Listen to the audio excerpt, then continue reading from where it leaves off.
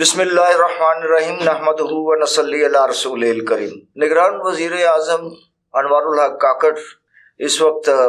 لوگوں کی مرضی کے بغیر وزراء کی تقرری کر رہے ہیں، جن میں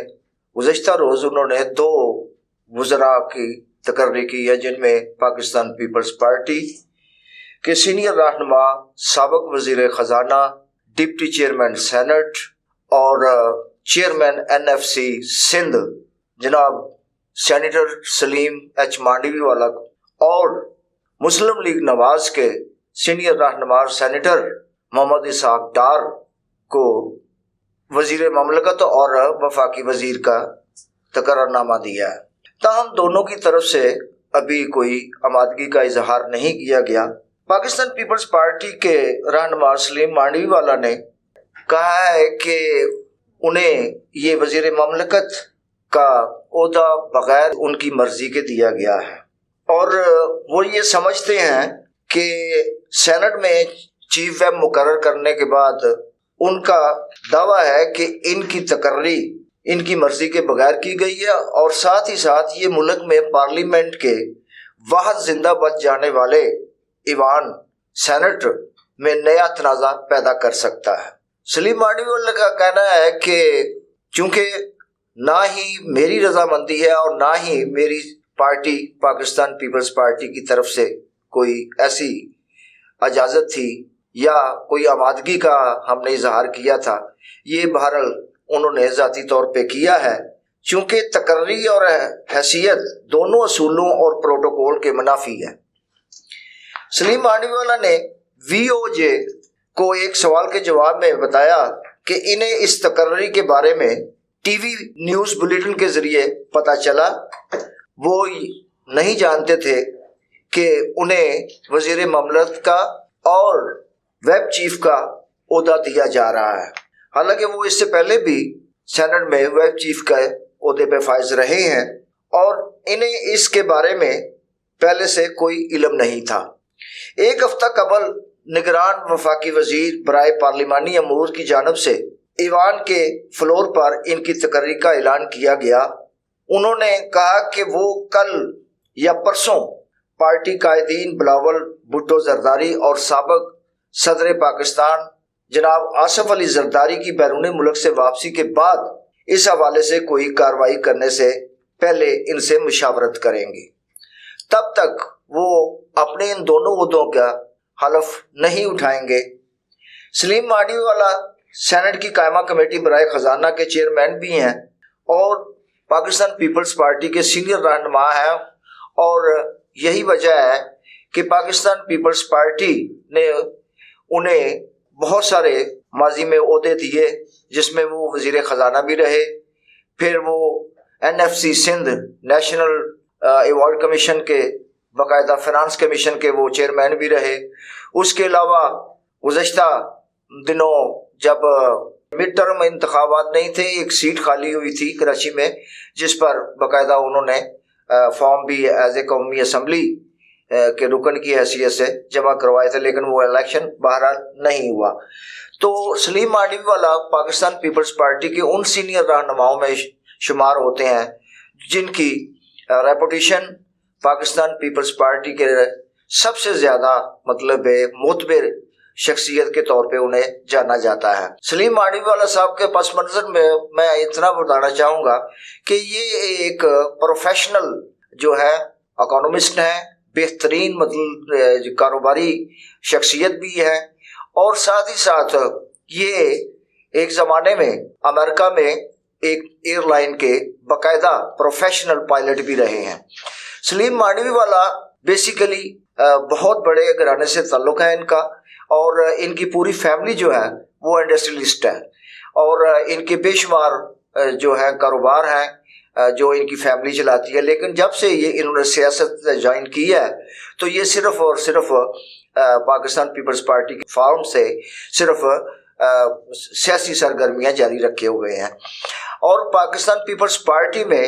آخری ٹائم پہ جب شہید بے نظیر بھٹو جب امریکہ میں قیام پذیر تھیں تو اس دوران انہوں نے سلیم مانڈوی والا کو